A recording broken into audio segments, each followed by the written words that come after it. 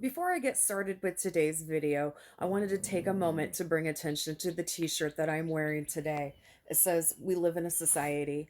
This is something that is available on 30 Seconds to Mars website, and 50% of proceeds go to the American Foundation of Suicide Prevention.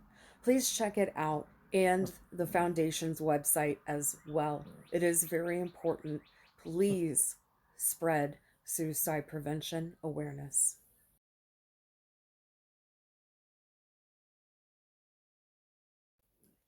Hi, Scooby Gang. Welcome back to my channel. Thank you so much for clicking on this video today. If this is your first time here, welcome. Please think of sticking around, liking, commenting, sharing, and subscribing. These are very simple, free things that you can do to not only support myself, but other small YouTubers and your small businesses and your friends that are hustling. Please help us all out by doing those very simple free things. Trust me, that goes a very, very long way. Everybody else, thank you so much for being on this journey with me. I really appreciate it. And as this channel grows, I am excited to continue to expand and do interesting, fun things. So today I'm going to be doing a channeling video on John Lennon.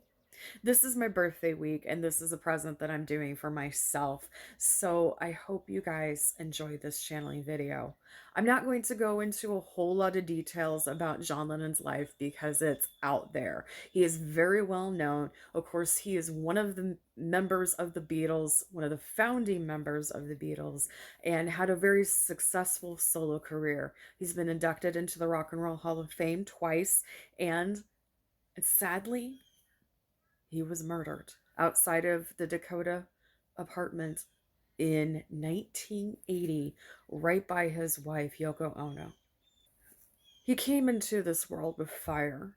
Bombs were dropping around him when his mother gave birth to John Winston Lennon. And of course, he was named after Winston Churchill. Sadly, John's mother, like Paul McCartney's mother, would die at a young age.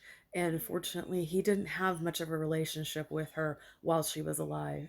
They had a very estranged relationship, but as he got a little older, they started to finally mend it. Unfortunately, she died. John also was married before to Cynthia Lennon and Yoko Ono and has two children. Lennon also had two children, Julian with Cynthia and Sean with Yoko Ono. The world lost a very interesting being that day, and I want to tell you some things about John that people don't necessarily know. And warts and all, he wasn't always a good person. Um, let's start with that so we can get it out of the way because I'm kind of hearing him going, just it's okay, just move it along, move it along.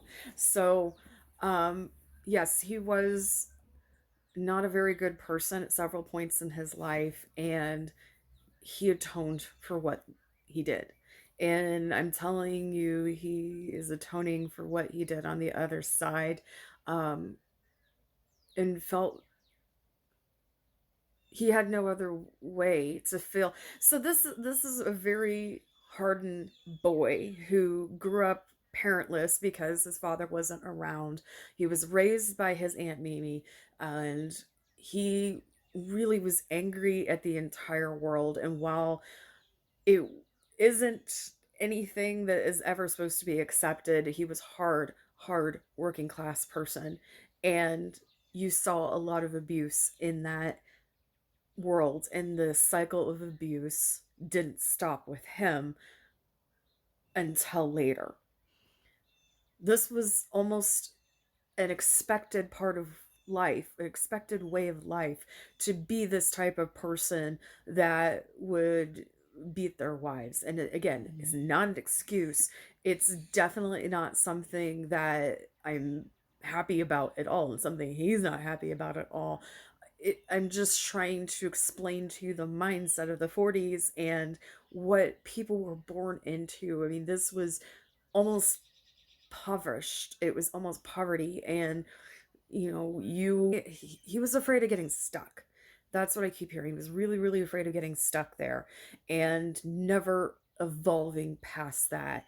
And he knew what he wanted to do from a very young age, but I don't believe he knew to the extent of what he wanted to do. He did see a movie with Elvis on it, and he wanted to be like Elvis. And Elvis inspired a lot of people. So, of course, why wouldn't he inspire the Beatles as well? So, John John's mind really was of the generations that he was in. He really lived almost the current, the energy current of that time. So in the 50s, he became like the beatnik kid that, um, I mean, obviously he was like in his teens and his early 20s at that point, but he became like this beatnik rock and roll kid. And by the 60s, he was fully fledged into each part of that decade. He absorbed the vibration of the time that was happening, which was really interesting. Um, he took he does say he took great care to notice. He really noticed people. He really watched people. He was very, very good at observing people. Oh, he was very psychic. I know before, and this is something I can say I read it in one of his books or one of a book about him, and that the music and everything didn't come to him, it came through him.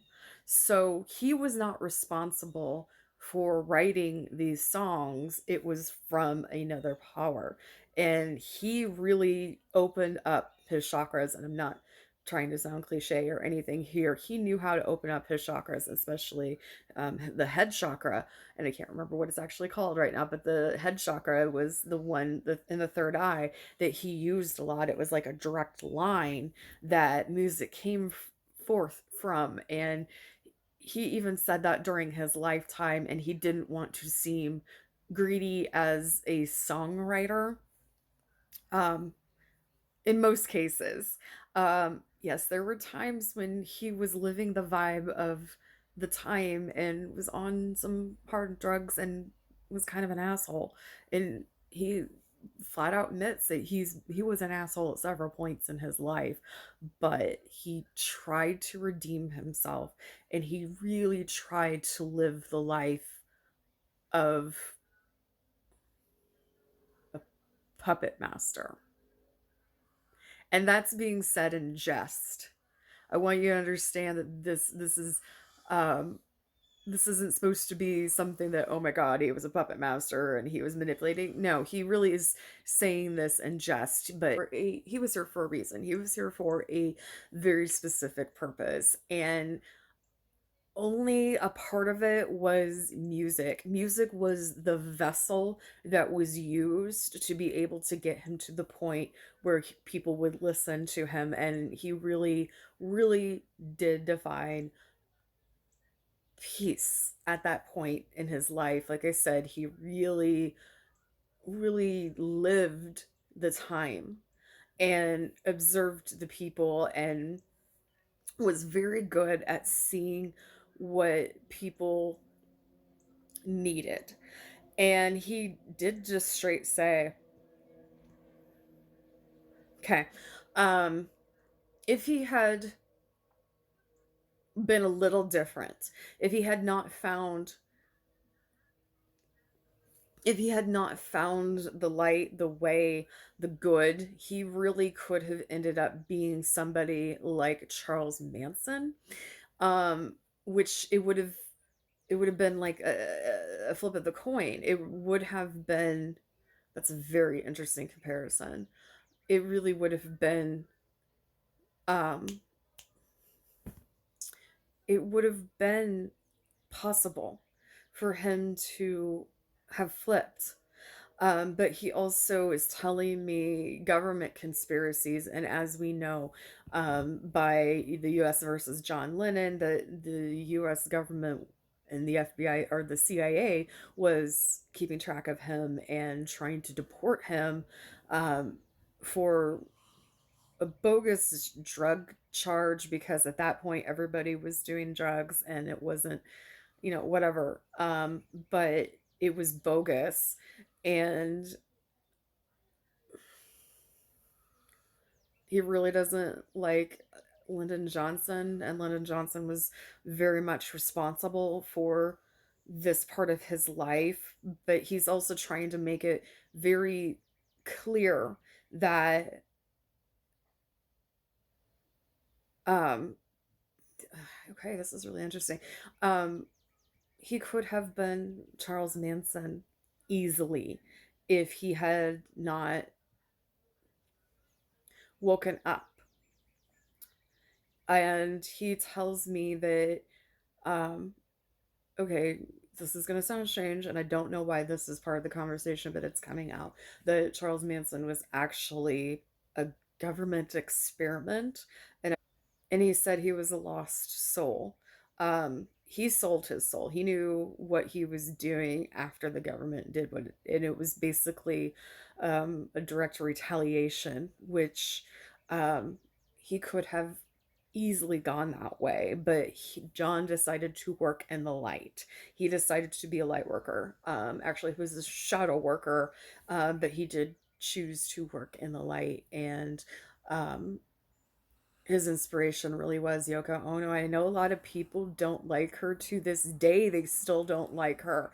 And she was actually a very good partner for John, and their relationship was their relationship, and it had its ups and it had its downs, and it had on the outside looking in, it probably did look weird, but she was actually his neutral point. He he would have melted without her, is what I'm hearing. He had a high influence over people in a positive, peaceful light, and that's what got him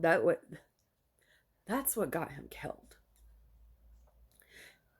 His abilities, his reach, his influence, his love really got him killed. If he just would have been a typical rock star. Moki says hi.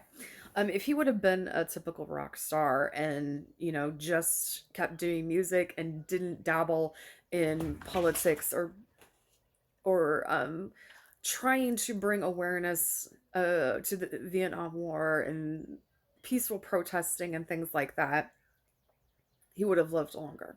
Um, this was his life purpose to die this way. Um, he doesn't regret it. He regrets nothing.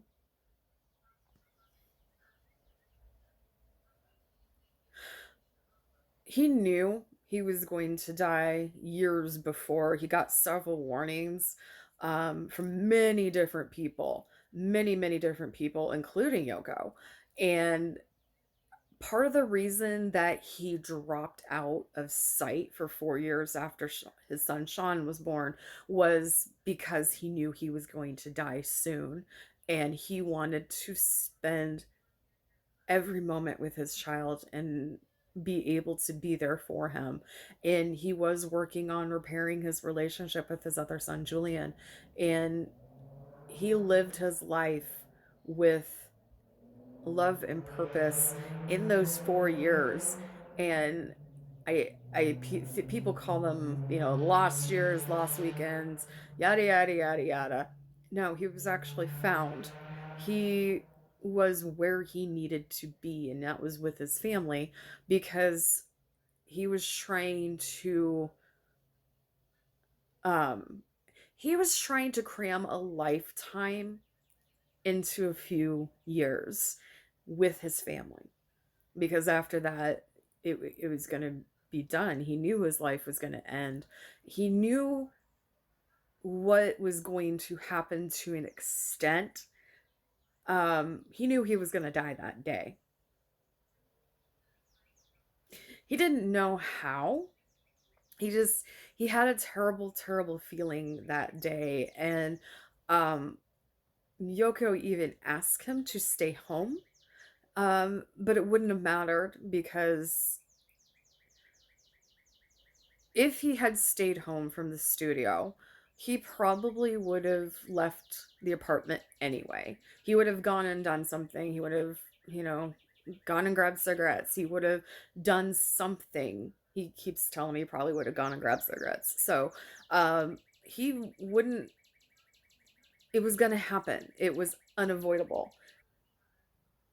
He is telling me that that um the reason that Paul didn't die too is because he saw what was going to happen and ran. And that's okay because that was his life path. And he's not mad at him about that. He's not upset with him, and make it very, very clear to everybody, and he wants to make this abundantly clear that Paul was his person. Um, he was there were two great loves in his life. One was Yoko, and the other was Paul. And they never stopped communicating. They never stopped talking, but there was a loss there, and it had to do with um we'll say hi to Mickey. It had to do with Paul running. And he did it for very specific reasons. He did it to protect himself. He did it to protect his family. And I think there was also a part of John just being stubborn, and what he's telling me, he was stubborn. Um, he he didn't he knew, but he didn't believe it. A lot of us go through that. A lot of us have gut feelings, things that we're like, oh yeah, we know this is going to happen. We know this is going to happen. But then you kind of talk yourself out of it. And then you are like, oh, I don't have a gut feeling. I don't, it wasn't that big of a deal. It really, nope, nope. I was just feeling off that day. Trust your guts, trust your instincts, because they're older than all of us will ever be. So just kind of an FYI there, trust your guts, because there was a part of John that believed that this would never happen. So I can see why he lived his life at the end the way that he did. And I can see why Paul ran. And that's what he's saying to me is Paul ran. And he doesn't blame him for it. He's not upset about it. He's missing that part of him, um, that would have stood up and kept going. But everybody makes their own choice, and he made his, and he's got to live with it. And that's not meant to be a judgmental or mean statement. Okay, it is. He's like snarking. He's being very, very snarky, and that's absolutely fine because that's who he was. So yeah, he's being kind of snarky about it, but at the same time, it is what it was. I know I'm rambling. I'm trying to make it clear that it is what it was. And as much as it sucked and he didn't have his brother there by his side, um, his kids didn't have to grow up without their dad. I don't feel like he's going to reincarnate anytime soon because there is specific business that he is doing. And he doesn't spend a lot of time in one place. He really does kind of flip through galaxies. He really is a student. He really is a student. And yes, he still sings, and he still is an artist on the other side, but I don't think he'll ever reincarnate as a human again. Um, he is an ascended person, So most likely, if he reincarnated, he probably would go to a different dimension, different galaxy. But he probably won't come back here because this is a very dire and damaged place, and his death was a lesson, and people still have not learned that lesson yet. And unfortunately, he just can't do any more to he can't do any more to make anything any more clear. And there is nothing more clear than giving peace a chance, and love is all you need and all of that. It's extremely clear. And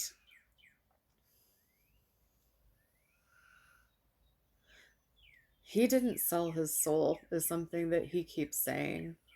I didn't sell my soul for the music. I didn't sell my soul. I i did some stupid things, but I'm not like them. And I'm seeing a lot of big music stars in the 60s, his peers, people that would have been very, very famous around the same time as him, who flat out did, but he didn't. And he wants to make that clear. Um, Not for reasons of him trying to clear his name. It is snark again. Like, he's being kind of snarky about it, which, yeah, it's like, I didn't do that. Seriously. You didn't have to do that in order to get to where you are. And he really finds it humorous that people have sold their soul. And I'm not being facetious. They have sold their soul in order to be famous or in order to be huge stars. And he's like, yeah, you weren't okay. You weren't confident in your own talent. And you were so afraid that you became part of the system. And that's part of the things that he was fighting against, was not only the systematic war machine, but also what people were willing to do to become famous. And he really finds it very, very humorous that people were willing to sell their soul because they didn't believe in their own talent. So I asked him if he has any sort of messages or anything like that that he would like to pass along to anybody. Help your fellow man out. Look around to the person on your left and the person on your right. Those are your brothers and your sisters. And every human being on earth is your brothers and sisters. You don't choose who you like or who you don't like. They are part of your family. And you treat one wrong, you treat everybody wrong. And you don't get to choose who you support based on anything, really. And that's really vain and really selfish if you believe that you are above that. Like, you are, what am I trying to say here? It is selfish to believe that you're too good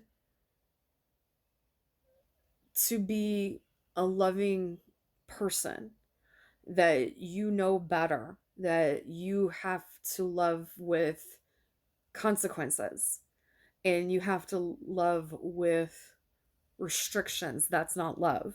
That's not love. That's what causes havoc in this world. That's what causes pain. That's what causes suffering, is people putting conditions on love and putting, I love you, but for, I love you if only. It doesn't make any sense. We are all the same. We are all the same beings. We all come from the same place. We are all interconnected. We are all brothers and sisters. And it makes no sense to be completely vain and believe that you have the right to not care about your fellow human beings. And the second that you start putting conditions on who and what you will love and what you will accept, you are doing more damage than good, a lot of damage. And I'm not talking about people who, there are evil beings in this world disguised as humans. We're not talking about that. We are talking about you can't be so selfish to not love a person because of a difference of race, color, religion, sexuality. It you can't call yourself a being of the Lord or your higher power or whatever you want to call it if you are putting conditions on love. Because remember, every single time that you do that, all you do is spread hate in the world. And hate is real and alive. It lives, it's a living thing. And do you really want to participate in that? So we're in a, I know this has been a little bit, this has been a longer video. I'm going to go ahead and stop it for now. If I ever get a chance to talk to him again, I will. Um, but this has been my reading and my channeling of John Lennon. So I hope you guys enjoyed that.